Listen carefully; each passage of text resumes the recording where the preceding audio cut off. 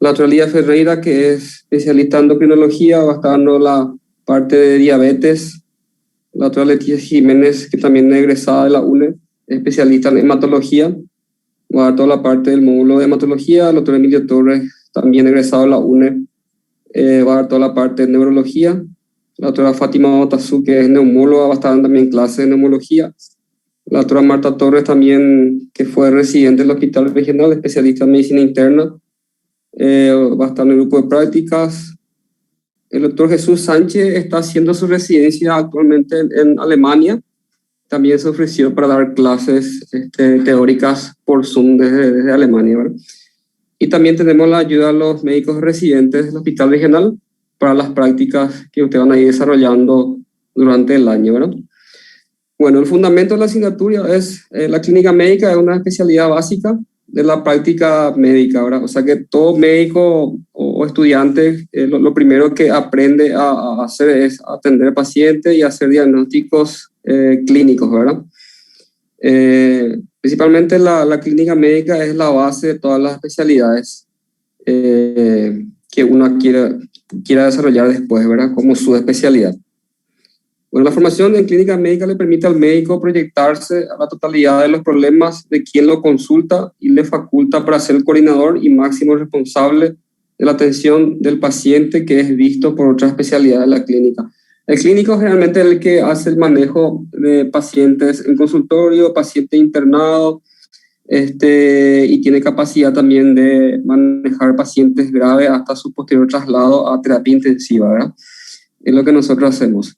Y para cosas más específicas solicitamos la interconsulta al subespecialista, ¿verdad? Bueno, pero en general el buen clínico tiene capacidad de manejar todas las subespecialidades en general, ¿verdad? Bueno, el aprendizaje de la asignatura favorecerá el desarrollo de competencias necesarias para ser referente y guía a los pacientes tanto en la atención ambulatoria como durante la internación, que ya dijimos, ¿verdad? Bueno, el objetivo general de la asignatura es reconocer síntomas, signos, síndromes, todos los que ya dieron en semiología, ¿verdad? Vamos a ir otra vez poniendo en práctica, realizando el diagnóstico de la enfermedad, ¿verdad? Y la etiología de las afecciones clínicas. Y sobre todo también manejar lo que es los diagnósticos diferenciales. Hay muchas enfermedades que son muy parecidas, ¿verdad? Bueno, interpretar y aplicar los métodos auxiliares de diagnóstico por imagen en laboratorio. Tenemos que aprender a manejar lo que es electrocardiograma, radiografía de tórax, los estudios de imágenes más avanzados y saber interpretar el laboratorio completo en el contexto clínico de un paciente que consulta por algún síntoma, ¿verdad? Bueno, aquí hay habilidades entre médico-paciente, confección de historias clínicas, esto a través de las prácticas que van a ir realizando en el hospital regional con los instructores que vamos a ir designando. Establecer de forma adecuada un planteamiento diagnósticos diferenciales, formular los posibles diagnósticos, seleccionar apropiadamente los métodos de diagnóstico y elaborar una propuesta terapéutica pertinente. Esto es importante porque hoy en día vemos muchas universidades y muchos médicos recién recibidos que se nota que hace falta un uso más racional de los métodos auxiliares de diagnóstico, ¿verdad? No es solamente pedir por pedir un estudio, eso hay que saber cuándo pedir y en qué caso pedir, ¿verdad? Entonces, de acuerdo a la historia clínica, uno sospecha un diagnóstico, hace una solicitud de estudios, ya sea de laboratorio o de imágenes, para poder hacer un diagnóstico final. O sea, que uno pide un estudio cuando ya sabe que va a venir alterado, ¿verdad? Solamente para confirmar el diagnóstico. Y bueno, y una vez que tengamos un buen diagnóstico, que es lo más difícil, ¿verdad? Lo más importante siempre en la práctica médica diaria es hacer el diagnóstico. Una vez que tengamos el diagnóstico, el tratamiento ya es mucho más fácil porque podemos ya sentarnos a leer, ¿verdad? Bueno, metodología de la enseñanza, la actividad académica se van a desarrollar en principio ahora por la plataforma de Zoom, ¿verdad? Por la cuestión de la pandemia. Vamos a ver si más adelante podemos continuar con las clases presenciales, pero sí las prácticas en grupo de 5 o de 6 alumnos van a poder ir hasta el hospital y hacer las prácticas viendo pacientes y analizando sus historias clínicas, ¿verdad? Bueno, las clases teóricas, entonces, por plataforma Zoom, por varios especialistas durante el año. Y las clases prácticas, entonces, vamos a ir designando los instructores para cada grupo, ¿no? Para los exámenes, vamos a hacer por escrito. Vamos a ver a medida que pasa el tiempo si lo hacemos por Zoom o de forma presencial. Eso vamos a ir viendo con el tiempo, pero son pruebas escrita a selección múltiple y también algunos completas para escribir, ¿verdad? En cuanto al examen final, va a ser oral, o dependiendo también de la situación de la epidemia, puede ser escrito como fue esta última parcial que tuvimos hace poco. O también puede ser mixto. A veces solemos hacer oral 50% y 50% escrito, ¿verdad? En total son nueve subespecialidades dentro del área de clínica médica. Las parciales podemos ir negociando a medida que pasa el tiempo si pueden rendir de a uno o se puede rendir 2 o 3 módulos por cada parcial, ¿verdad? Todo es negociable. Y bueno, esto es lo más importante también, la parte de la bibliografía. ¿Qué libro vamos a tener en cuenta como libro base para estudiar y también para los posteriores reclamos de los exámenes, ¿verdad? Ahora tenemos como más nuevo el libro de Farreras, que es la edición número 20, que salió el año pasado, el año junio de 2020, que es el libro más actualizado que tenemos ahora. En los exámenes de CONAREM se utilizó el Harrison, que era el anterior, 2018, pero eso va cambiando cada año. Probablemente para el año que viene van a usar otra vez Farrera porque es el más actualizado, ¿verdad? Pero eso no tiene... En general, la teoría es siempre igual, ¿verdad? Por ejemplo, si vamos a leer un capítulo como asma, por ejemplo, el que se encarga de hacer los protocolos de esa enfermedad es la GINA. Entonces vamos a encontrar lo mismo en Harrison y vamos a encontrar lo mismo en Farreras. El que se encarga de hacer el protocolo de diabetes es el ADA. Entonces lo mismo, ¿verdad? Prácticamente lo mismo encontramos también en Harrison, lo mismo encontramos en Farreras. Otro libro interesante también para lectura rápida es el de Washington. Es la edición 2019. Y también tenemos, solemos usar libros de electrocardiograma. Bueno, un poco de comentario. Estos libros yo suelo adquirir por vía digital, ¿verdad? De Amazon. A través de una cuenta con tarjeta de crédito y tengo en mi dispositivo, tanto en tablet como en el teléfono, tengo en el dispositivo Kindle, se llama, que es gratis, y podemos adquirirla. O sea, yo compro los libros y tengo luego en mi teléfono, en mi tablet, en la computadora, los libros de forma digital, ¿verdad? Aquí preguntaron si podemos usar... Si tienen ediciones pasadas, no hay problema, ¿verdad? Todas las actualizaciones vamos a ir dando en clases para ir actualizando, ¿verdad? Eso no hay problema. Pueden usar el Harrison, pueden usar el Farreras, la edición anterior o la nueva, mejor si pueden adquirir, ¿verdad? Pero si no hay problema. O sea, grandes cambios no hay, pero esos pequeños cambios vamos a ir nosotros dando en clases para ir actualizando, ¿verdad?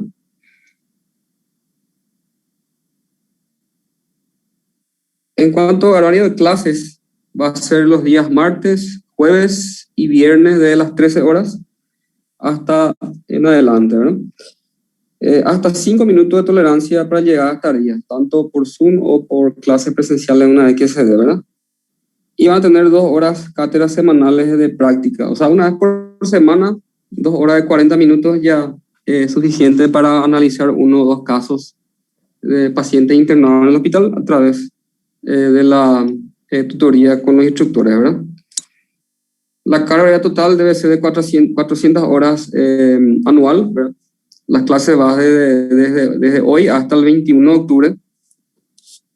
Y el porcentaje de asistencia de clases teóricas como mínimo 80% y clases prácticas como mínimo 80% para tener habilitado para los exámenes. Una vez que también tengan los promedios requeridos en los parciales, ¿verdad?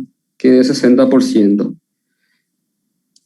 Bueno, no sé si hay alguna pregunta. No, doctor.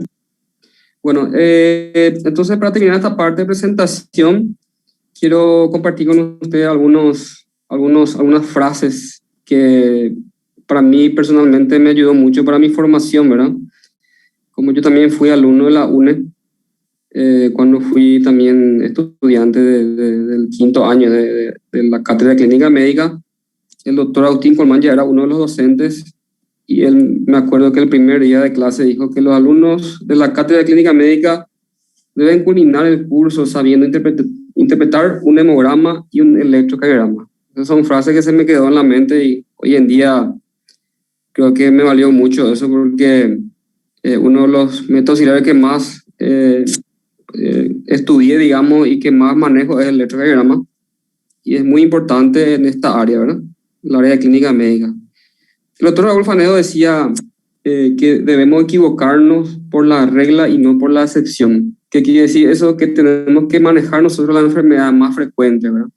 Diabetes, hipertensión, accidente cerebrovascular, infecciones urinarias, neumonía, esas son todas las reglas, ¿verdad? Las excepciones son todos los diagnósticos diferenciales de las enfermedades raras, ¿verdad?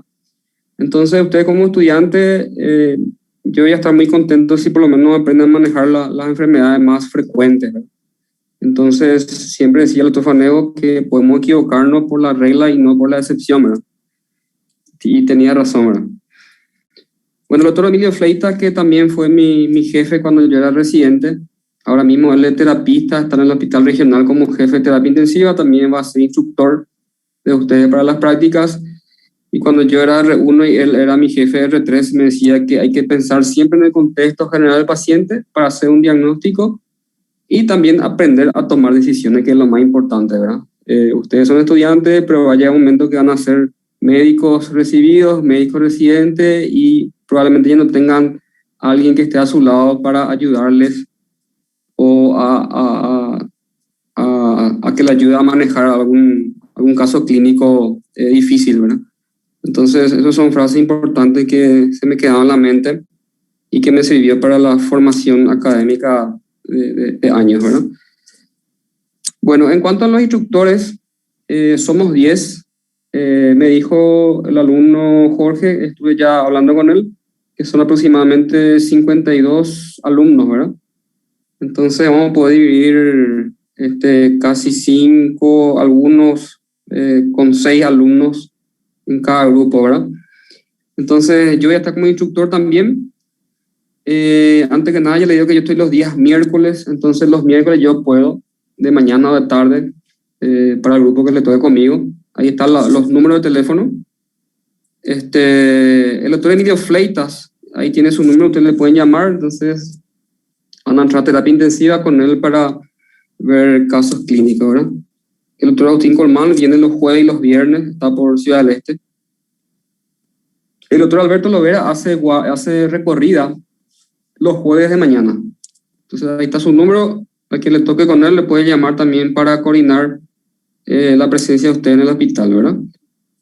El doctor Javier González es residente del segundo año. Ellos están todos los días en el hospital, los residentes viven en el hospital, entonces hay que llamarle y coordinar con él el día de práctica. El doctor Marcelo Carzatelli también es residente del segundo año. Ahí está su número. La doctora Amanda Coronel, residente del tercer año. La doctora Marta Torres es especialista en medicina interna, también fue alumna de la facultad. Ahí está su número, le pueden llamar. La doctora Monique Coronel también es residente del tercer año. Y el doctor Roberto Sosa, que es residente del segundo año de medicina interna del Hospital Regional de Ciudad del Este. Entonces, cuando van a ver el tema de los grupos, no sé si van a sortear o ya van a ir poniendo uno abajo, otro los nombres en la estructura, ¿verdad? Entonces ya queda a cargo ustedes. Pueden hacer un grupo por afinidad. Y de esta semana ya tenemos que empezar. Tenemos que empezar esta semana las prácticas porque marzo fue un mes que se perdió prácticamente, ¿verdad? ¿Alguna pregunta hasta acá? Doctor, son 2 horas semanales de prácticas y nosotros tenemos una cantidad de horas que tenemos que juntar para al culminar el año. Son 2 horas cátedra. Cada hora cátedra es 40 o 45 minutos, no recuerdo bien. Sería entonces 1 hora 20 minutos, ¿verdad? Las prácticas. Bueno, si alcanzan 1 hora ya está bien, ¿verdad? Eso ya depende de los instructores. Pero para la parte de los documentos, vamos a hacerle firmar a los instructores como 2 horas cátedra, ¿verdad? Y en total, ¿cuánto sería? O sea, 2 horas. Pero para fin de año nosotros tenemos una cantidad de horas que cumplir. No, sería una práctica semanal, ¿verdad? En un mes va a ser cuatro, y entonces vamos a ir viendo el que máximo que tiene, entonces ese va a ser 100% y el menor tiene que llegar a tener 80%, ¿verdad? Está bien. Sí, yo ya tengo el cronograma de clases también, le voy a enviar a Jorge y le va a pasar a ustedes las fechas, feriados y eso yo ya saqué todo, ¿verdad? También hay una semana libre allá por finales de septiembre que corresponde a la parte de los torneos universitarios, ¿verdad? Entonces esa fecha ya está, ya sacamos del cronograma anual para las clases, ¿verdad? Doctor, una preguntita. Sí, ¿Se van a estar rotando los instructores o no? Vamos a estar rotando. Todo eso vamos a ir con el tiempo viendo, ¿verdad? En realidad que va a ser muy incómodo rotar, por ejemplo, cada mes. Lo que vamos a hacer es rotar cada 3 meses, ¿verdad? O cada 2 meses. Para que por lo menos con la mitad de los instructores cada grupo pueda ir rotando, ¿verdad? Es muy complicado si es cada mes. Podemos hacer cada 2 meses y medio, cada 3, con tal de que vayan rotando por lo menos con la mitad de los instructores, ¿verdad? ¿Otra pregunta?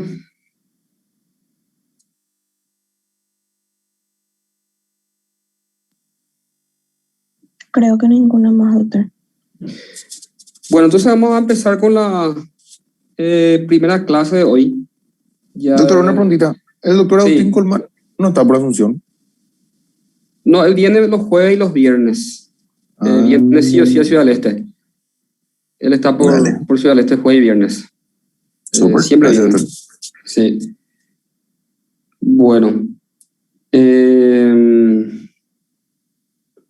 Y eso voy a salir aquí, voy a meter la clase de hoy.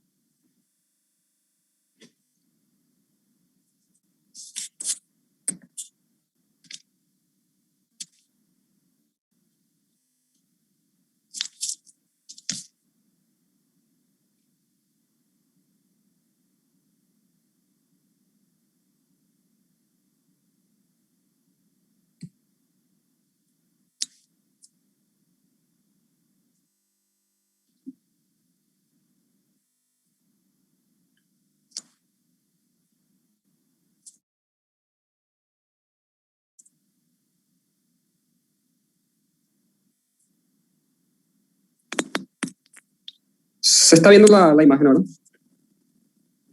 Sí, doctor, se ve. Sí, doctor.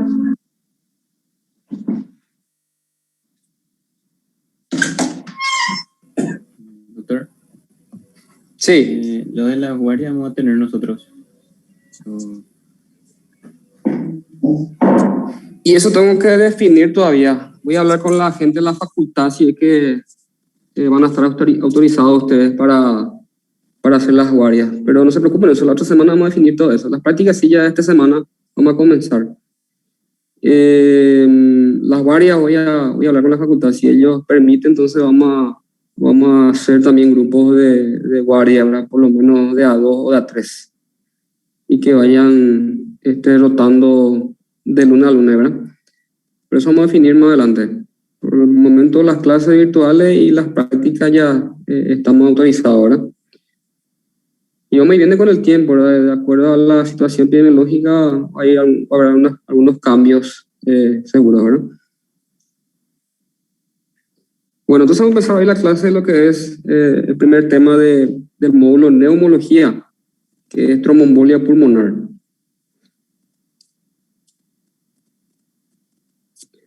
En realidad se llama enfermedad tromboembólica venosa porque esto incluye la trombosis venosa profunda y la tromboembolia pulmonar. Ahí vemos la forma abreviada nomás. Enfermedad trombólica venosa es igual a tromboembolia pulmonar más trombosis venosa profunda, ¿verdad? Bueno, la coexistencia acontece en más del 50% de los casos. O sea, un paciente que tiene una trombosis venosa profunda visible en la endoscopía y que tenga síntomas de tromboembolia pulmonar, entonces hay una coexistencia de más del 50%. O sea, la ausencia de trombosis venosa profunda en un miembro inferior no descarta tampoco tromboembolia pulmonar, ¿verdad? Bueno, 80% de los émbolos se originan en el sistema venoso de extremidades inferiores o pélvicas. También hay otros orígenes menos frecuentes, como puede ser una fibrilación auricular, la cavidad derecha, ¿verdad? Del corazón también puede embolizar y enviar émbolos hacia la arteria pulmonar y llegar al pulmón, ¿verdad? La vena cava inferior, la vena ilíaca o las venas extremidades superiores son otras causas de origen de los émbolos, pero mucho más raro, ¿verdad? Es la tercera causa de muerte cardiovascular después de ACV y infarto de miocardio. Estamos hablando del área clínica, ¿verdad? Y también es una causa prevenible, sobre todo en pacientes que están hospitalizados, ¿verdad? En cuanto a los factores de riesgo para desarrollar esta complicación, tenemos mayor riesgo, sobre todo pacientes que tuvieron fractura de cadera o fractura de rodilla, un politraumatismo y también grandes cirugías, ¿verdad? Cirugías mayores.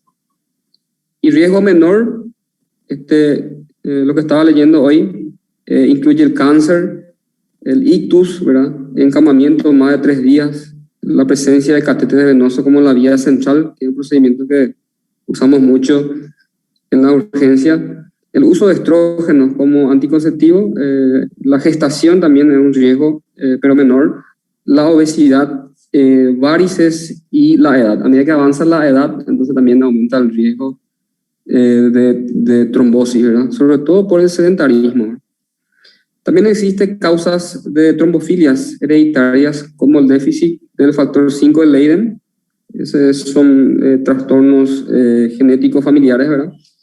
Déficit de antitrombina 3 y déficit de proteína 6S, que también son otras causas hereditarias de déficit de sustancia que favorece la trombosis, ¿verdad?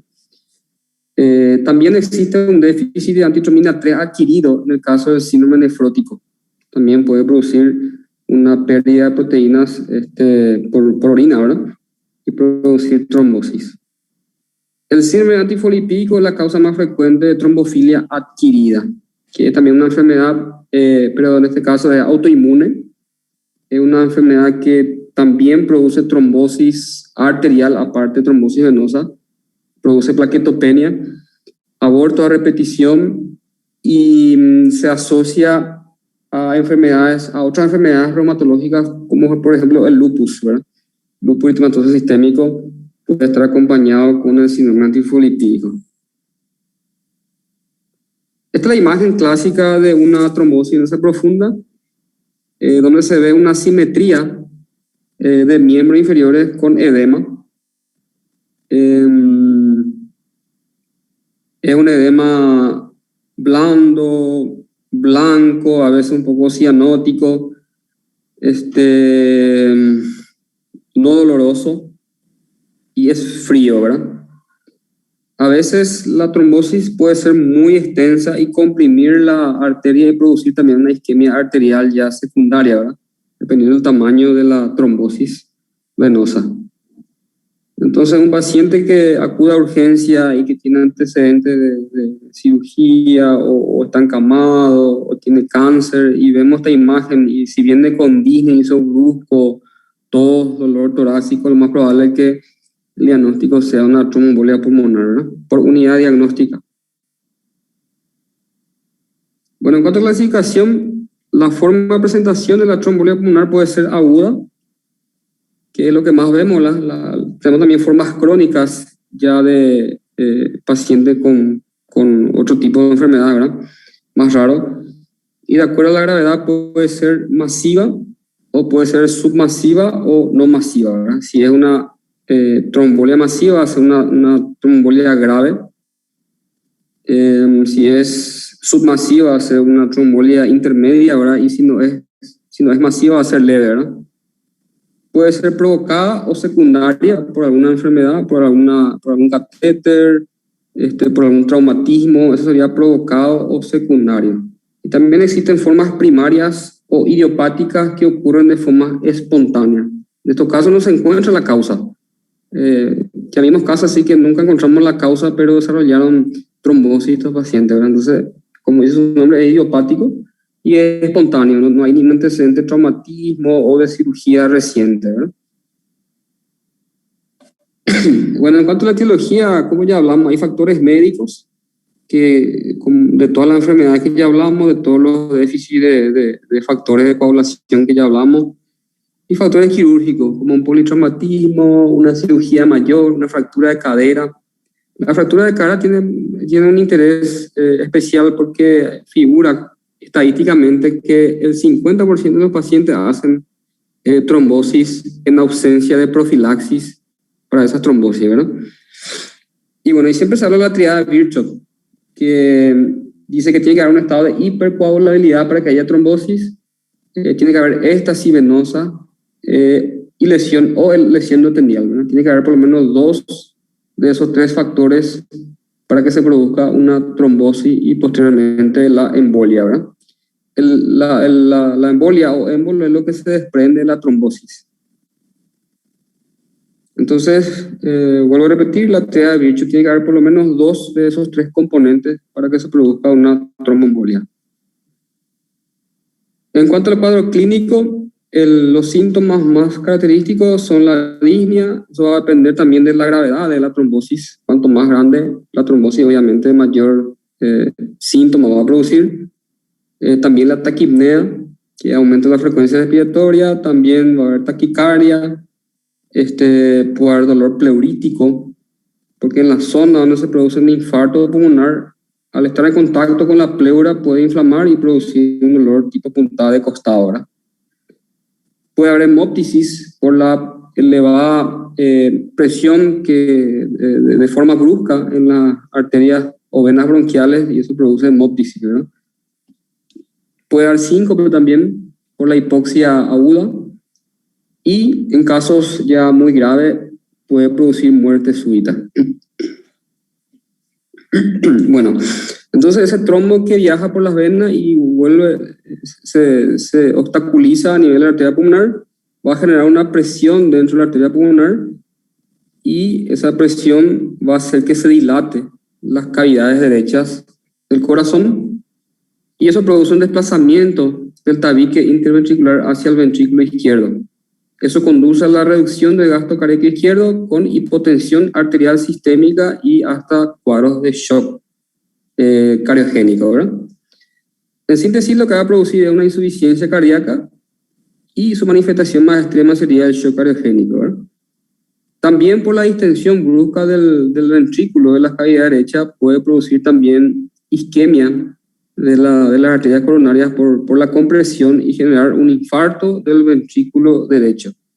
Entonces, en estos casos también, al solicitar las enzimas cardíacas como la troponina, puede indicar que hay un infarto del ventrículo derecho en caso de que esté aumentado ese valor, ¿verdad? Bueno, entonces este es un paciente que amerita internación por la potencial gravedad del cuadro,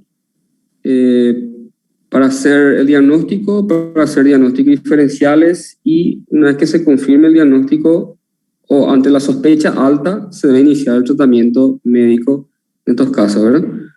Entonces, todo paciente que se interna, vamos a hacer una analítica, vamos a solicitar hemograma, perfil renal, glicemia, análisis de orina.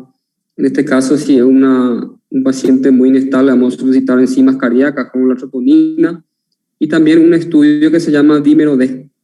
El dímero D es un producto de la degradación de la fibrina que está aumentado en los pacientes con tromboembolia pulmonar. Tiene una alta sensibilidad, pero poca especificidad. Eso quiere decir que en todos los pacientes que tienen realmente tromboembolia va a venir elevado, pero no es específico. Cualquier cirugía reciente, cualquier politraumatismo o infarto de miocardio, o otra enfermedad grave, el embarazo mismo puede elevar el dímero D y no necesariamente indica que es tromboembolia pulmonar, ¿verdad? En el hemograma podemos encontrar leucocitosis. La presencia de leucocitosis no indica que sea una infección, es solamente una reacción inflamatoria ante el estrés, ¿verdad? Ante el cuadro, más aún porque puede haber infarto pulmonar, ¿verdad? Dependiendo de la extensión de la trombosis. Bueno, antes que solicitar gasometría, hoy en día utilizamos mucho lo que se llama el saturómetro, ¿verdad? Ahora también por el tiempo de COVID hay mucha gente que ya adquirió ese dispositivo donde podemos valorar nosotros la saturación de oxígeno y ver si hay o no una insuficiencia respiratoria en estos pacientes, ¿verdad? Entonces, gasometría ya solemos usar ya en casos extremos, sobre todo pacientes muy graves que están en terapia intensiva, así solicitamos gasometría. Lo que vamos a encontrar ahí es la hipoxemia y estos pacientes hiperventilan por la disnea y obviamente producen un lavado del dióxido de carbono y va a producir una hipocapnia, ¿verdad? O sea, el PCO2 en la gasometría va a empezar a bajar. Entonces va a producir un estado de alcalosis respiratoria, ¿verdad? Por gasometría. Pero no es un estudio de rutina tampoco para pedir, ¿verdad? Si es un caso leve, entonces, y satura bien por el dispositivo del saturómetro, no hay indicación de hacer una gasometría. Ahora, un paciente grave que está en terapia intensiva, que desatura menos del 90%, ahí sí, entonces ya merita una gasometría para mejor valoración de los gases, ¿verdad? Bueno, también aparte de la analítica de sangre, vamos a solicitar un electrocardiograma a todo paciente que se interna, sobre todo más de 40 años o en quienes amerita, ¿verdad? Por criterio, solicitamos también el electrocardiograma para evaluar el estado de un paciente con tromboembolia pulmonar y también nos sirve para hacer diagnóstico diferencial con otras enfermedades, ¿verdad? Por ejemplo, infarto agudo miocardio puede simular. Entonces, el diagnóstico diferencial puede ser infarto de miocardio, puede ser edema agudo de pulmón, puede ser una neumonía, todos son pueden ser diferenciales de una tromboembolia pulmonar, ¿verdad? El signo más característico y más frecuente de encontrar en el electrocardiograma de un paciente con TEP es la taquicardia sinusal. Cuanto más grave, más taquicárdico el paciente.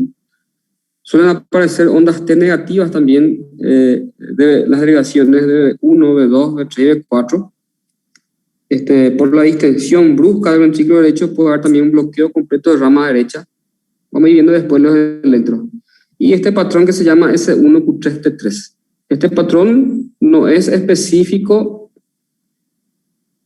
pero indica que hay una distensión o una hipertensión de la cavidad derecha. Hay una sobrecarga ventricular derecha. Eso es lo que indica el patrón S1Q3T3, que en el 30% de los casos nomás aparece, sobre todo en casos graves, ¿verdad? Cuanto más grave, más probabilidad de que aparezca este patrón, que no es patrón mnemónico, pero sí sugiere que hay una sobrecarga ventricular derecha. Acá tengo un electro donde se ve, en primer lugar, en B1, B2, B3, vemos que el QRS, el ancho del QRS, así como dije, es ancho, ¿verdad? Y también se ve el patrón R'. Acá en B2 se ve como una oreja de conejo, ¿no? R'. Y a ver si le puedo escribir aquí. No recuerdo cómo se hacía eso. Bueno, entonces este patrón de R', en B1, B2, B3. Acá en este caso en B1 no se ve tanto, apenas se ve, pero sí en B2 y en B3 vemos que hay el patrón R' o oreja de conejo y el QRS ancho. Entonces esto indica que el bloqueo completo es de rama derecha. Y otro dato también importante es ver el B1 que siempre está positivo. En un electro normal, la derivación B1 siempre es negativo y aquí vemos que en este caso es positivo la derivación B1. ¿Se entiende?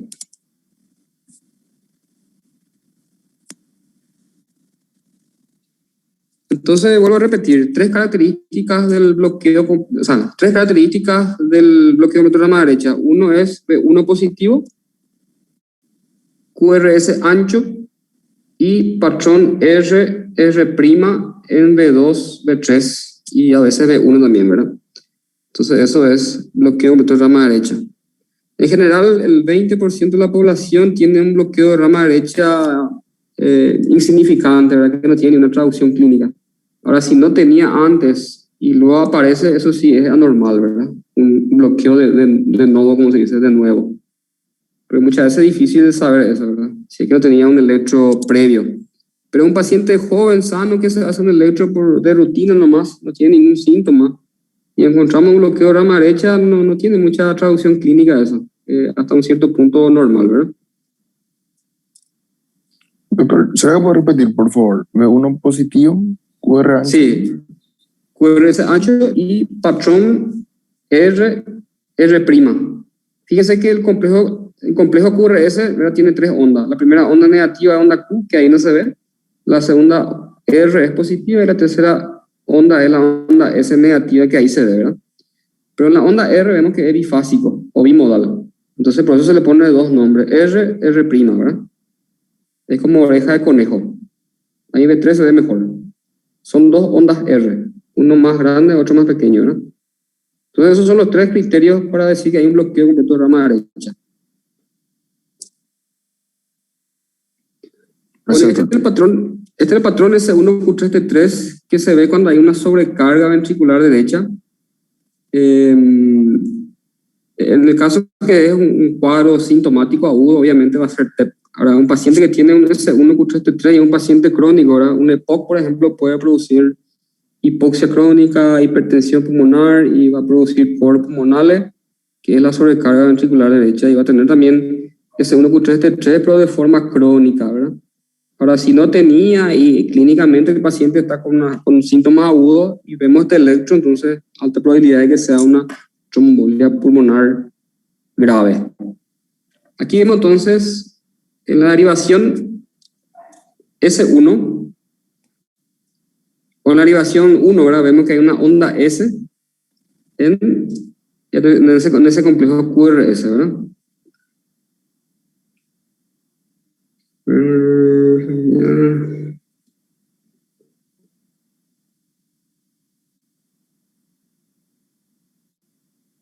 Sería esto. Esa es la onda S en B1. Se está viendo el marcador, ¿verdad? Sí, doctor. Entonces, en un electrocardiograma normal, esa onda S no tiene que estar ahí. Entonces, es el S1 en la derivación B1, ¿verdad? Por eso es S1. Y después tenemos acá se me mezcló nomás esto. Acá tenemos la onda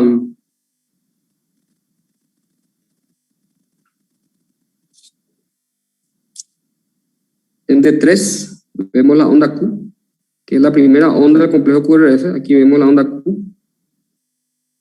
Todo esto es la onda Q. O sea, onda Q en D3, que es la derivación 3, y también tenemos ondas T negativas en D3. Estas son las ondas T negativas en D3. Entonces eso configura el patrón S1, Q3, T3. ¿Se entendió? Sí, doctor.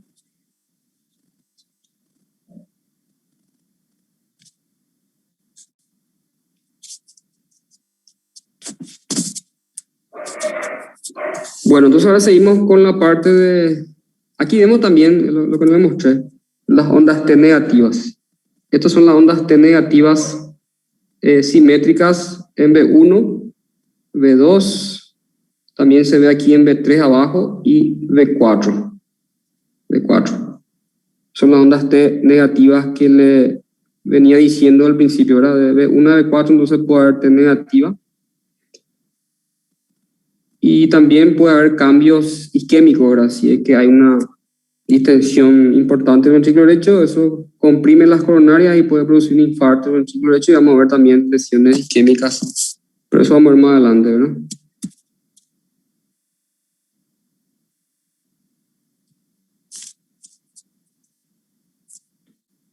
Bueno, ahora la radiografía de tórax. Una radiografía simple de tórax, póstero anterior, es así la forma como vamos a solicitar, ¿verdad? Entonces, radiografía de tórax simple, póstero anterior, ¿verdad? vamos a ver distintas imágenes, aunque no siempre también, ¿verdad? Una radiografía de tórax normal no descarta el diagnóstico de TEP. Cuanto más grave, más probabilidad de que veamos imágenes sugerentes de tromboembolia pulmonar. Podemos encontrar atelectasias laminares, podemos encontrar la joroba de Hampton, que es una condensación en la base pulmonar que indica el infarto pulmonar propiamente dicho, ¿verdad? Tiene una forma triangular, con la base del triángulo hacia la pared del tórax y el vértice hacia el mediastino, ¿verdad? El signo de Westermann es una oligoemia, una zona de la radiografía que se ve radiolúcida por ausencia de perfusión sanguínea, ¿verdad? Distal a la obstrucción de la arteria pulmonar, donde debería pasar sangre, ¿verdad? Podemos encontrar elevación del diafragma del lado afecto, ¿verdad? Y también puede haber derrame pleural, y si punzamos eso, vamos a encontrar que es medio sanguinolento, ¿verdad? Serohemático se llama. Esa es su característica. Solo en caso de sospecha diagnóstica se hace la punción, ¿verdad? En general, cuando el diagnóstico es más que evidente, no vamos a estar haciendo punción pleural, ¿verdad? Eso se va a resolver espontáneamente con el tiempo y con el tratamiento, ¿verdad? Por ahí vemos las imágenes. Tenemos el signo de Westermann, donde se ve entonces distal a la obstrucción una zona radiolúcida donde no hay perfusión de sangre, ¿verdad? Sería esta zona. A ver. Voy a mostrar.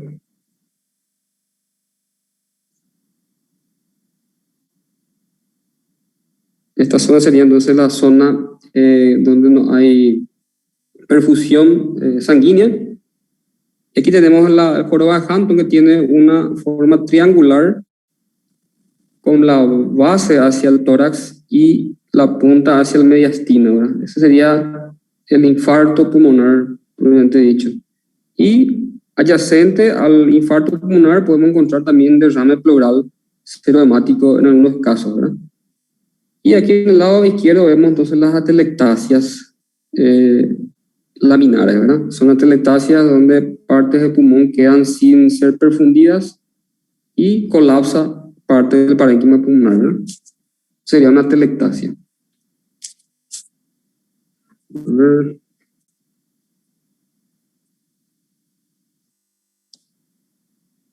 Hay otra vez una imagen, dice joroba de Hampton, densidad periférica en forma de cuña encima del diafragma. También se ve una atelectasia aquí en el lado derecho. Esto podría ser también una atelectasia laminar.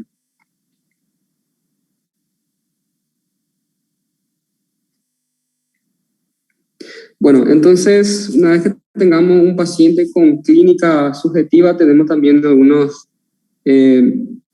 parámetros o criterios para sumar puntaje de probabilidad, ¿verdad? Existen varias. El que más se utiliza es el score de Wells, donde se ve los puntajes de acuerdo a los factores de riesgo. Entonces dice, por ejemplo, síntomas o signo de TBP, 3 puntos. Antecedente de TEP o TBP, 1.5. Inmovilización de al menos 3 días o cirugía en el último mes, 1.5 puntos. Frecuencia cardíaca más de 100, que era taquicardia, ¿verdad? Más 1.5. Hemóptisis, 1 punto. Cáncer, tratamiento activo o paliativo en los últimos 6 meses, 1 punto. Y aquí en el primero dice diagnóstico alternativo menos probable que la TEP. O sea, si sospechamos, por ejemplo, de infarto o de hemopulmón, pero clínicamente no tenemos todos los datos, entonces sugiere más que es tromboembolia pulmonar, entonces 3 puntos, ¿verdad? Sobre todo si tenemos un electro o una radiografía compatible con TEP, ¿verdad? Entonces, si tenemos menos de 2 puntos, una probabilidad baja que sea TEP, de 2 a 6 puntos, una probabilidad intermedia, y alta es más 6 o más puntos, alta probabilidad de que sea tromboembolia pulmonar. Pero esto es solamente una forma ordenada de estudiar, ¿verdad? En la práctica médica, obviamente que no solemos usar así y tampoco nos vamos a estar sumando, ¿verdad? Con la experiencia uno y con los estudios que ya estuvimos hablando, ya prácticamente hace un tratamiento en base a la sospecha alta, ¿verdad? Bueno, ¿cómo hacemos el diagnóstico o cómo confirmamos el diagnóstico, ¿verdad? Antes que nada tenemos que el estudio gold estándar para ver si hay o no realmente una obstrucción de la arteria pulmonar es la angiotomografía, que es una tomografía en espiral o helicoidal, tiene cortes en formas de hélices, ¿verdad? Es de selección para diagnóstico y obviamente con contraste, ¿verdad? Lo que se ve en esta imagen, en ese estudio de imagen, es el defecto de relleno en la zona donde está la obstrucción, ¿verdad? Voy a mostrar la imagen después. También existe otras opciones, ¿verdad? Aunque en nuestro medio es un poco difícil. Camografía, por ejemplo, nosotros tenemos acá en Ciudad del Este, ¿verdad? Se puede utilizar en pacientes que son alérgicos a contraste iodado, se puede usar también en pacientes que tienen insuficiencia renal, sobre todo los diabéticos con enfermedad renal crónica en diálisis, ¿verdad? Y también las gestantes, se puede usar gamografía de ventilación-perfusión. VQ quiere decir ventilación-perfusión. Bueno, entonces las troponinas, sobre todo la T, es lo que solemos utilizar más en nuestro medio, se elevan en los casos de TEP masivo, donde puede haber compromiso de las arterias coronarias por compresión y eso genera isquemia y infarto de miocardio del ventrículo derecho. Esos pacientes obviamente van a presentar hipotensión y hasta shock cardiogénico, dependiendo del tamaño del infarto, ¿verdad? Bueno, y el dímero D dijimos que era un estudio poco específico, pero sí de una alta sensibilidad. Si está menos de 500 nanogramos por ml en sangre, permite descartar TEP en los casos de sospecha intermedia baja por el score de Welle, ¿verdad?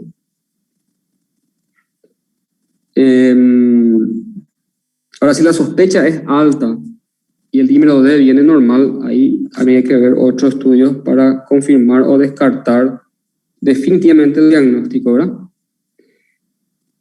Bueno, esto es algo interesante y algo nuevo. El dímero D va aumentando según la edad.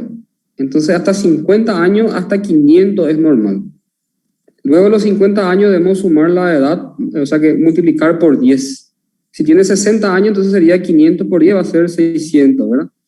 Entonces hasta 600 es normal para un paciente de 60 años, hasta 700 un paciente de 70 años, hasta 900 un paciente de 90 años es el valor normal. Entonces más que eso sería normal y sospechar de TEP si hay clínica compatible, ¿verdad? Bueno, entonces la gravedad y el pronóstico a corto plazo del TEP se relaciona con la presencia o no de disfunción del ventrículo derecho. Entonces, cuanto más grave sea la tromboembolia pulmonar, más va a haber disfunción del ventrículo derecho. Eso va a generar una insuficiencia cardíaca derecha y puede evolucionar a shock cardiogénico y muerte, ¿verdad? Hasta la muerte súbita. Bueno, en caso de que tengamos realmente sospecha de que esos trombos se originaron en miembros inferiores, se puede utilizar la ecografía Doppler para buscar los orígenes de ese trombo o de la tromboembolia. Y por característica, lo que hace el ecografista es comprimir la vena. Y si no se comprime esa vena con el traductor, indica que hay una obstrucción a nivel de esa vena, indica que hay una trombosis, ¿verdad?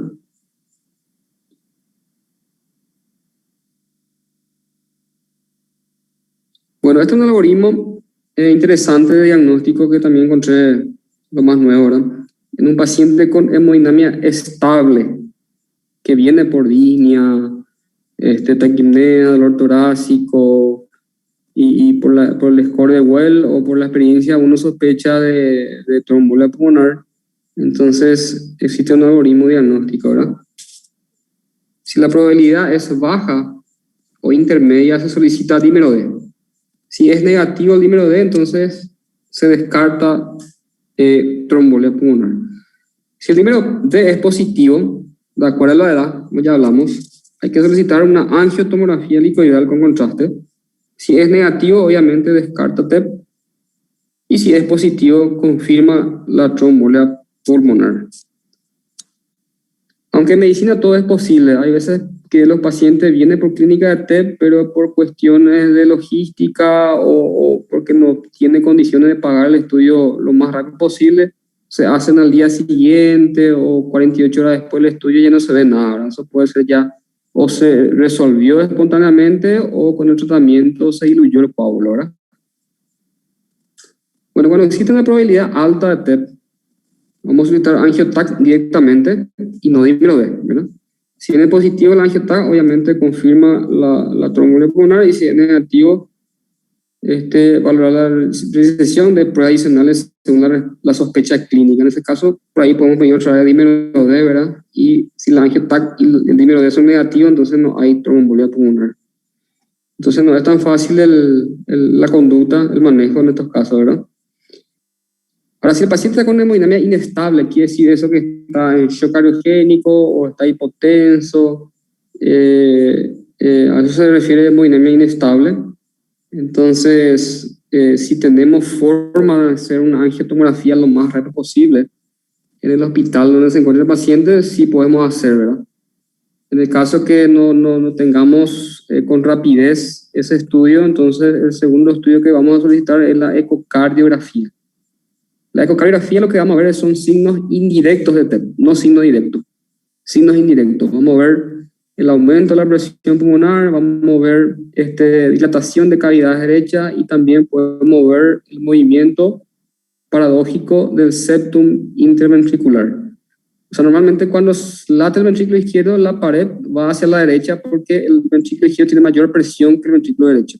Cuando existe un TEP masivo, la presión pulmonar va a ejercer una presión sobre el tabique interventricular y se va a desviar hacia el ventrículo izquierdo, al revés, ¿verdad? Entonces, eso es el movimiento paradójico.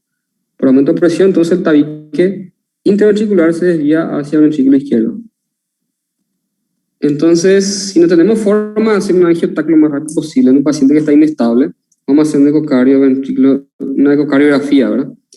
Si hay una disfunción del ventrículo derecho, si hay disfunción, entonces la sospecha es de TEP. Y si no, entonces se descarta TEP. Entonces un paciente con ecocardio normal y la sospecha es baja intermedia, se descarta TEP, ¿verdad? Ahora sí podemos hacer angio-TAC lo más rápido posible, entonces si es positivo, confirma TEP, y si no se descarta tromboembolia pulmonar, ¿verdad? Esto en caso de paciente con una hemodinamia inestable. Nosotros en nuestro medio, obviamente que lo más fácil, más rápido sería hacer una ecocardiografía, donde vamos a encontrar signos indirectos, entonces, de TEP, ¿verdad? Y esta es una angiotomografía helicoidal con contraste, donde se ven todos los vasos en blanco, ¿verdad? Y se ve una zona donde hay un defecto de relleno. Esta zona entonces indica la presencia de un trombo un émbolo sería en el caso que se desprenda de un trombo de las venas, ¿verdad? Y aquí tenemos otro. Se ve dos imágenes entonces de embolias en la circulación pulmonar, ¿verdad? Y eso confirma el diagnóstico.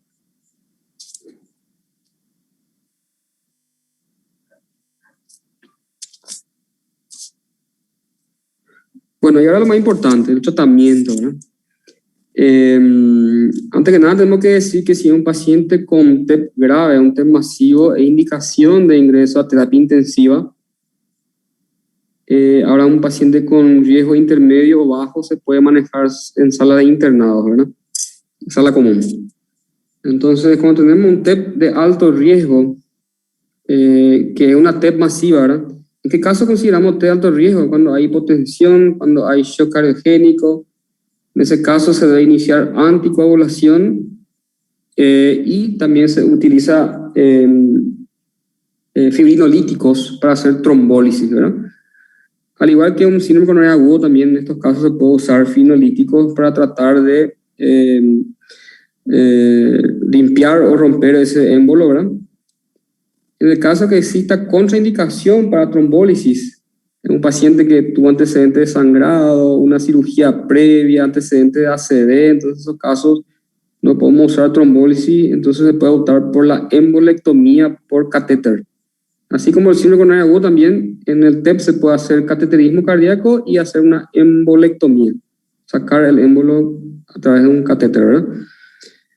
El TEP de riesgo intermedio también se conoce como TEP submasiva. En ese caso vamos a tener disfunción o dilatación del ventrículo derecho por ecocardiografía. Puede haber también elevación de troponinas sugerente ya de un infarto del ventrículo derecho. En este caso requiere internación, anticoagulación y monitoreo continuo de los signos vitales, ¿verdad? En el caso que exista un empeoramiento clínico, entonces sí optamos por la trombólisis o la embolectomía. Si el paciente se mantiene estable, entonces solamente anticoagulación hasta la mejoría del cuadro, ¿verdad? En TEP de riesgo bajo, cuando hay una TEP no masiva o pequeños émbolos, ¿verdad? El tratamiento es anticoagulación y puede ser dado de alta los primeros 5 días. El que tiene mejor pronóstico por ser una embolia de menor tamaño, ¿verdad?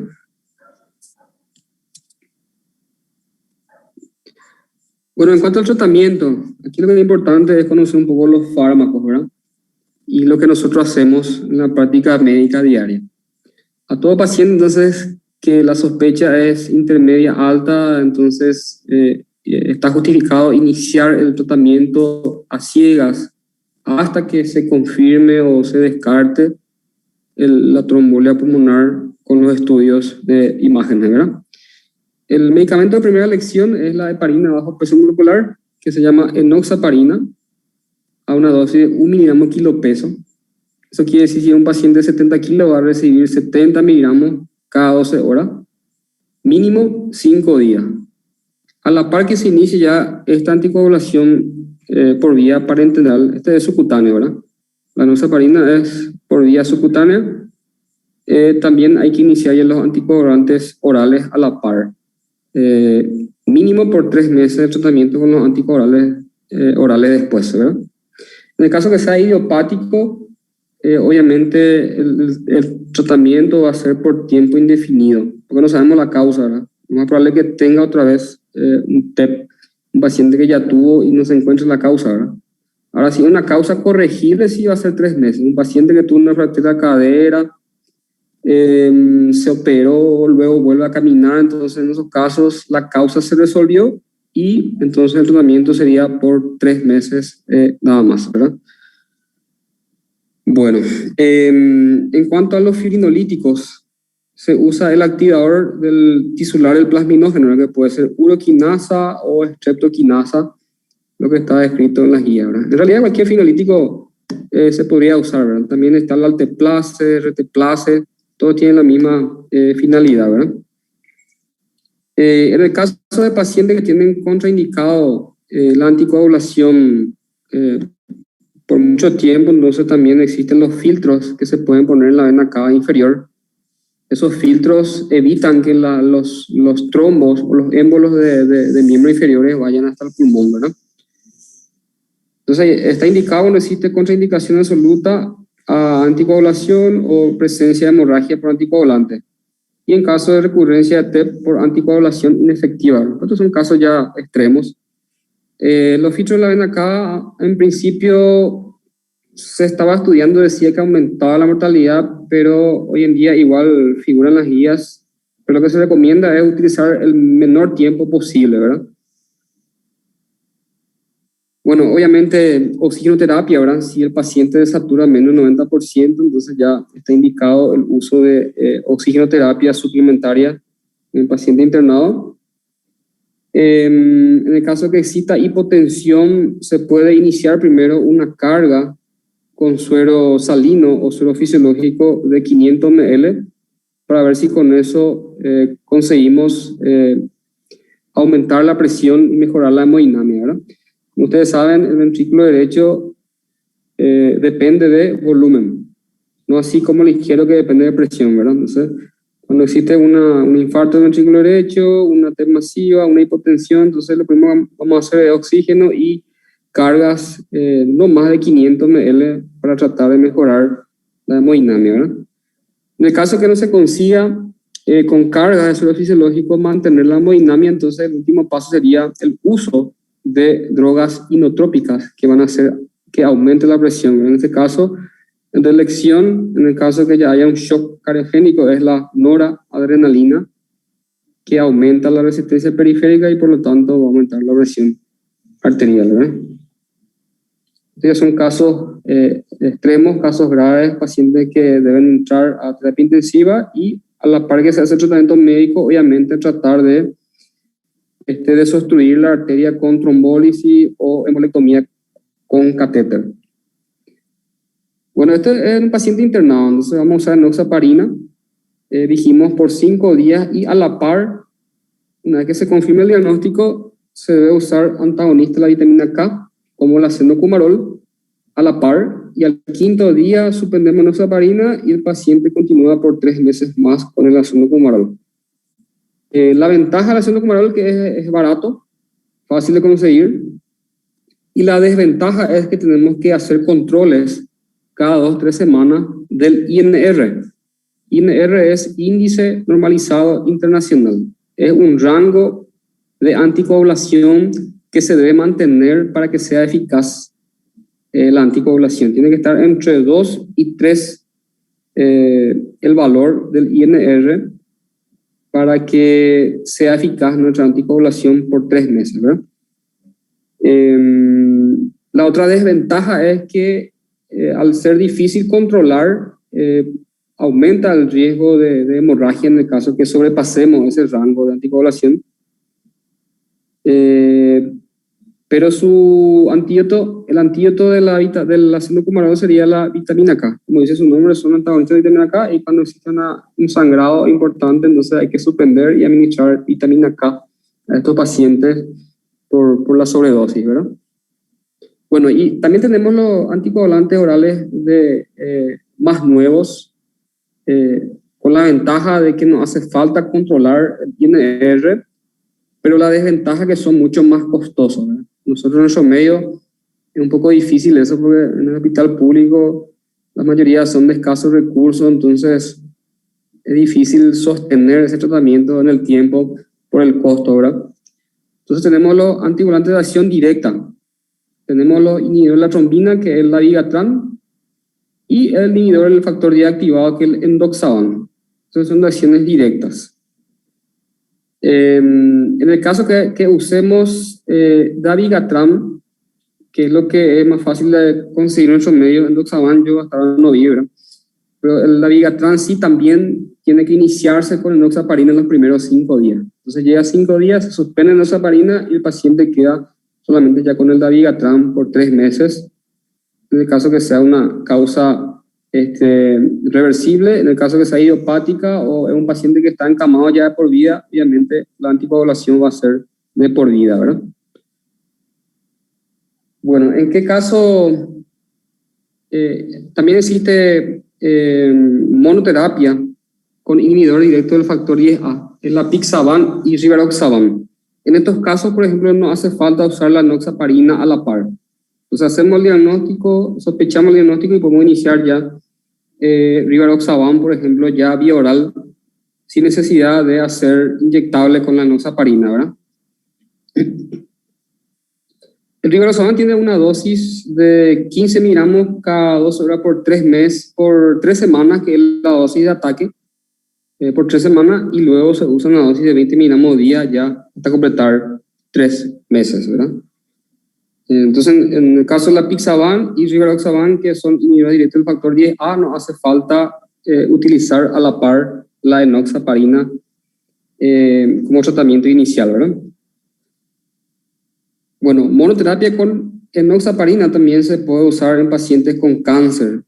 Se sabe científicamente por evidencia que la enoxaparina es más eficaz que los anticoagulantes orales en caso de pacientes que hicieron tromboembolia y que tienen cáncer, ¿verdad?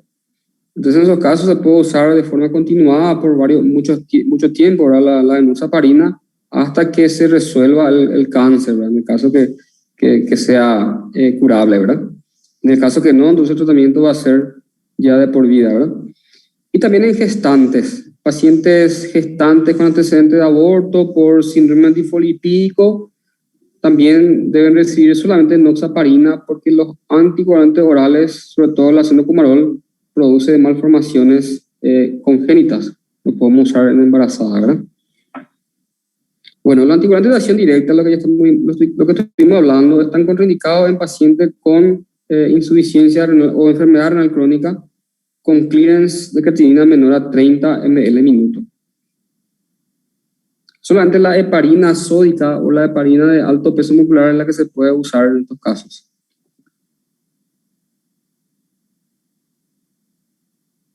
Bueno, y también existen las contraindicaciones para fibrinólisis. Un paciente que tuvo una hemorragia intracraneal reciente o tiene una hemorragia interna activa, obviamente no vamos a usar fibrinolítico porque vamos a empeorar el sangrado. Entonces, en esos casos se opta por la embolectomía, ¿verdad? Una hipertensión arterial no controlada por el riesgo de ácido hemorrágico. Un paciente que tuvo trauma o cirugía mayor en los 7 días previos, también contraindicado la fibrinólisis. O hasta 6 meses si tuvo un trauma cronocefálico o una neurocirugía, ¿verdad?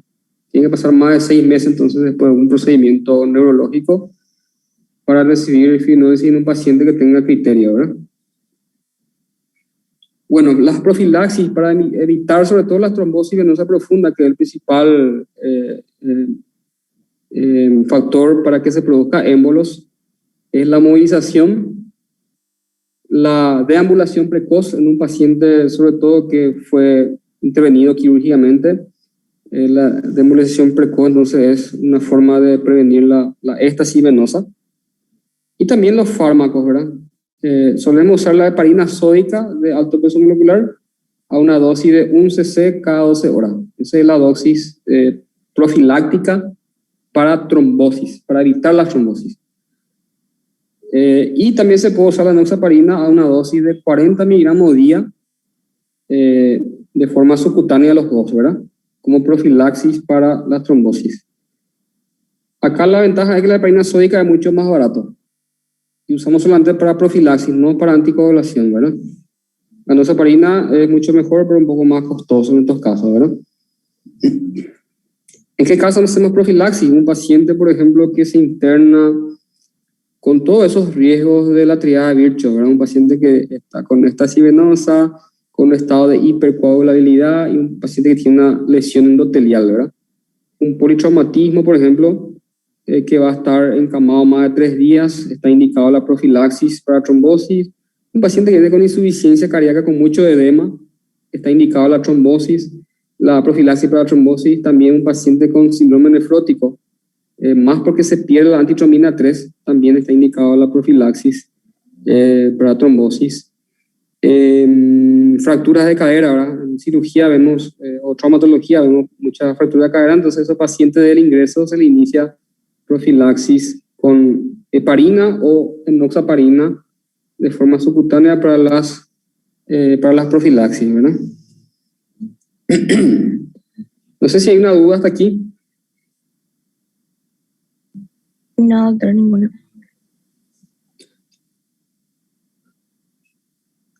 Bueno, solamente para tener en cuenta, la dosis de anticoagulación de la enoxaparina es 1 miligramo kilopeso cada 12 horas. Si un paciente de 60 kilos va a ser 60 miligramos cada 12 horas por 5 días y luego continúa con los anticoagulantes orales en la mayoría de los casos, ¿verdad? Ahora, la profilaxis para trombosis se usa enoxaparina 40 miligramos cada 24 horas. Es diferente la dosis. Entonces no hay que confundirse dosis de articulación con dosis de profilaxis para trombosis, ¿verdad? Todo esto ustedes van a ir viendo en las prácticas. Todos los pacientes que están internados por una ACV que quedaron inmóvil más de 3 días reciben su profilaxis. Un paciente renal crónico, un paciente con síndrome nefrótico, un paciente con insuficiencia cardíaca, con pie diabético, todo esto tienen profilaxis para las trombosis. Van a ir viendo después. Bueno, y por último, le quiero presentar un caso clínico real, ¿verdad? Que vimos en el hospital regional aquí de Ciudad del Este. Un paciente de sexo femenino de 60 años de edad, era obesa, procedente del kilómetro 10, Acaral, soltera, no trabaja, escolaridad baja, con 4 hijos, los 4 parto normal, ¿verdad? Sin método anticonceptivo y control de Papá Nicolau nulo. No sabemos si había cáncer de cuello uterino, ¿verdad? Conocida con hipertensión arterial hace 2 años, un tratamiento con el April, y también diabética, sin tratamiento. Y refiere a automedicación crónica con corticoides. Esto es clásico aquí en Paraguay. Los pacientes obesos ya a esa edad con artrosis de rodilla, artrosis de columna, o por ahí una artritis reumatoidea no diagnosticada que se automedican con corticoides, ¿verdad? espectacular la respuesta, pero a la larga produce muchas complicaciones, como sobre todo la diabetes, sobrepeso, hipertensión, y predispone a infecciones también el uso crónico de corticoides, ¿verdad? Bueno, acudió por cuadro de 3 días de disnea, inicio brusco y progresivo. Intolerancia al decúbito dorsal, o sea, vía ortopnea, leve edema de ambos miembros inferiores, niega dolor torácico, fiebre y tos. Era una historia de ICC aguda de 3 días de evolución, ¿verdad? No tenía antes síntomas de insuficiencia cardíaca. Signos vitales, su presión 140-90 estaba estable, ¿verdad? No estaba hipotensa, pero sin llamar la atención la frecuencia cardíaca de 102, el pulso de 102, ¿verdad? Aumentado. La frecuencia respiratoria de 28, una taquipnea, ¿verdad? Más de 24 era normal. Por el dispositivo de saturómetro saturaba 90%, que ya es al límite, ¿verdad? Menos de 90 ya se considera una insuficiencia respiratoria hipoxémica, ¿verdad? Afebril, un hemoglucotest de 209. Al examen físico vimos un ritmo regular, estaba taquicárdica, no había soplo ni galope. La parte respiratoria estaba taquipnéica, había crepitantes y basales característicos de una insuficiencia cardíaca. Edema pretibial en ambos miembros inferiores, Godet, una cruz. El diagnóstico del ingreso fue un síndrome de insuficiencia respiratoria aguda y síndrome de insuficiencia cardíaca aguda. Eso es por la historia clínica, ¿verdad? Y en este paciente entonces lo primero que vamos a hacer es internar para buscar la causa de este cuadro, ¿verdad? De este síndrome. Entonces necesitamos estudio de análisis de rutina, dímero D, troponina, le hicimos el electrocardiograma, la radiografía tórax para una primera valoración diagnóstica, ¿verdad? Bueno, y esto fue lo que encontramos en el electrocardiograma, el primero que se hizo. Aquí se ve entonces el patrón S1, la derivación de 1 y la onda Q en D3 y la onda T negativa en D3, ¿verdad? Y hace las derivaciones precordiales. Aquí tenemos el B1, una onda T negativa simétrica, en B2 también una onda T negativa simétrica. Eso quiere decir que la rama descendente y la rama ascendente son de la misma longitud. Esto sería simétrico.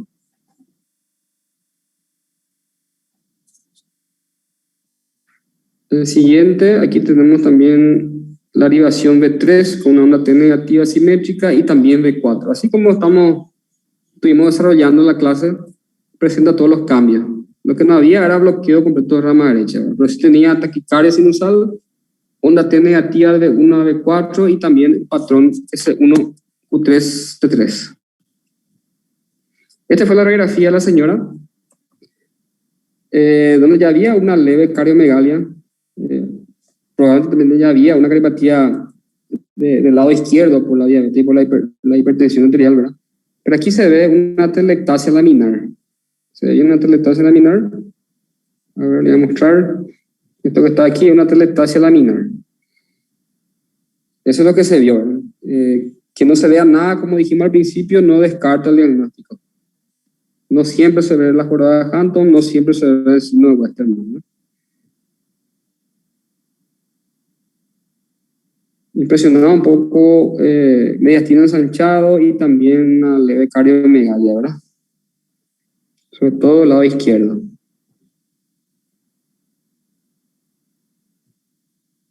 Y este es el resultado del dímero D. Vino 2497, para ella sería hasta 600 normal, porque es la edad por 10, ¿verdad? 60 por 10, 600. Sería el rango de referencia actualizado, ¿verdad? Hasta 500 es hasta 50 años. Bueno, lo que pudimos hacer en ese caso es el ecocardio, donde vemos muchas cosas interesantes. Antes que nada tenemos el septum interventricular que mide 15 milímetros, lo normal es hasta 11. Hasta 11 de normal. Entonces indica que hay una cardiopatía hipertensiva, ¿verdad? De hipertensión arterial también de base. La fracción de eyección 75% estaba normal, o sea, el ventriculo izquierdo estaba trabajando bien.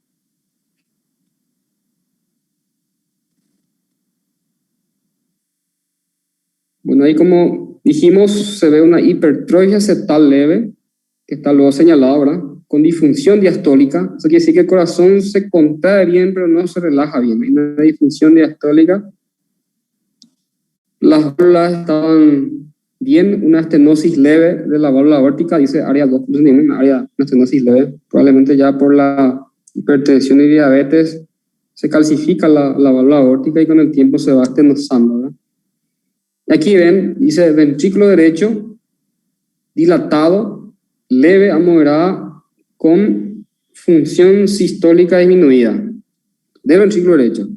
Y las presiones pulmonares aumentadas en grado leve. Tenía 53 de presión pulmonar normal hasta 36. Y también tenemos la vena cava inferior dilatada por la sobrecarga ventricular derecha. O sea, disminuye la precarga ventricular, ¿verdad? Son todos hallazgos, entonces, indirectos de una tromboembolia pulmonar, ¿verdad? Bueno, ese es el diagnóstico final por ecocardio y por el dímero D y por toda la historia clínica y por su electrocardiograma también quedamos como una tromboembolia pulmonar. En este caso, le pregunto a usted, ¿cuál sería el tratamiento ideal?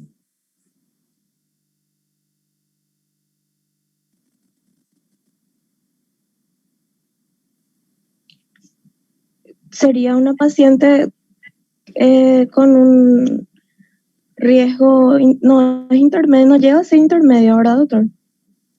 Sí, sería intermedio porque hemodinámicamente estaba estable, ¿verdad? Pero sí había ya disfunción del ventrículo derecho, así como estaba en la teoría, ¿verdad? Había disfunción y dilatación del ventrículo derecho, pero con una presión normal, ¿verdad? Y la presión 14,9, ¿verdad? Entonces sería internar para buscar la causa de la tromboembolia, ¿puede ser? Claro, se va a internar, obviamente, y iniciar tratamiento. ¿Con qué medicamento vamos a iniciar lo antes posible? Enox, con el que era por vía parenteral primero. Subcutáneo, ¿verdad? ¿Cómo se llama la droga? Enoxaparina, ¿puede ser? Enoxaparina, exactamente. ¿Y la dosis? Era, ¿cuántos kilos tenía la paciente? Y vamos a ponerle que tenga 70 kilos, no tenía eso, vamos a ponerle que tenga 70. Entonces son 70 cada 12 horas por 5 días, creo. Excelente. Y después vía oral. Sí, eso se puede iniciar a la par ya. En este caso, por ejemplo, es evidente que es tromboembolia pulmonar, no hay otro diagnóstico diferencial, ¿verdad? Entonces, a la par ya podemos iniciar ya los anticoagulantes orales, dependiendo de la capacidad adquisitiva del paciente, ¿verdad? Podemos usar cenocomarol, que es más barato, pero necesita más controles. O podemos usar a la par dabigatran, por ejemplo, que es un inhibidor directo, pero más costoso, ¿verdad? Y la otra opción es iniciar directamente rivaroxaban sin necesidad de usar enoxaparina, ¿verdad? Es otra opción también. Monoterapia, ¿verdad? Monoterapia, exactamente, monoterapia. En este caso se puede usar rivaroxaban bioral nomás ya, sin necesidad de hacer enoxaparina subcutánea, ¿verdad? Solo cuando vamos a usar acenocomarol o cuando vamos a usar dabigatran se usa a la par enoxaparina los primeros 5 días. Ok. Doctor, una pregunta. Y, sí. La enoxaparina para profilaxis era 1 miligramo por kilo peso. No, para profilaxis es una dosis estándar para adultos, ¿verdad? 40 miligramos día. 40 miligramos. Así es, sí. No importa si tenga 70 kilos o 100 kilos el paciente, 40 miligramos día es la dosis profiláctica. 40 miligramos día. Ahora, en este caso, para el tratamiento, cambia ahí si es 1 miligramo kilo peso cada 12 horas, por 5 días, ¿verdad? Gracias, doctor. ¿Otra pregunta, otra duda? Doctor, ¿y cuál era la dosis para la heparina sódica en profilaxis? La heparina sódica para profilaxis es de 1 cc o 1 ml, ¿verdad? Cada 12 horas. 1 cc equivale a 5.000 unidades de heparina sódica. 1 cc sería una jeringa de insulina. ¿Conocen la jeringa de insulina de 1 ml? Sí. 1 ml equivale a 100 unidades. O sea, 1 cc es... bueno, en este caso la concentración es diferente por el frasco que viene. Es un frasco para multidosis. Pero 1 cc equivale a 5.000 unidades. Es una jeringa entera de insulina, 1 ml. Gracias, doctor.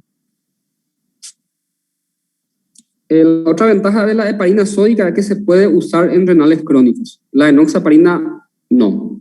O sea, van a haber pacientes renales crónicos por diabetes que están en diálisis, por ejemplo. En esos casos nosotros usamos la heparina sódica porque los otros medicamentos no se pueden utilizar, ¿verdad?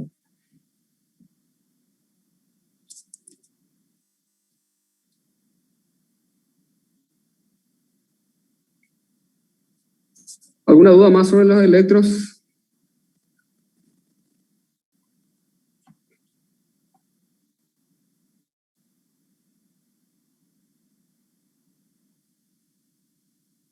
Creo que no, doctor. Bueno, entonces voy a pasarle el cronograma a Jorge. Doctor, yo tengo una Para que pregunta le pases. con Sí, respecto al electro.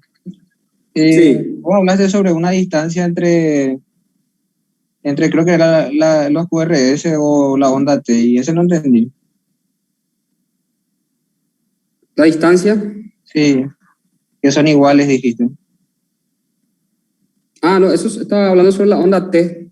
Sobre La onda T negativa simétrica. Ahí ven la imagen, voy a marcar, ¿verdad? La rama descendente oblicua es igual a la rama ascendente oblicua, ¿verdad? Así, una vez. Ah, sí. Entonces, ahí no es muy bueno mi dibujo, ¿verdad? Pero es simétrico. Esto indica isquemia. Probablemente del ventrículo derecho. Ahora, si yo veo una onda T negativa que la rama ascendente es más corta, la descendente es más corta y la ascendente es más larga, esta sería una onda T asimétrica. Entonces, cuando hay isquemia o cuando en el caso de TEP siempre es simétrico. Ahí se ve que es simétrico, ¿verdad? Ya. A eso me refería. Entiendo, gracias.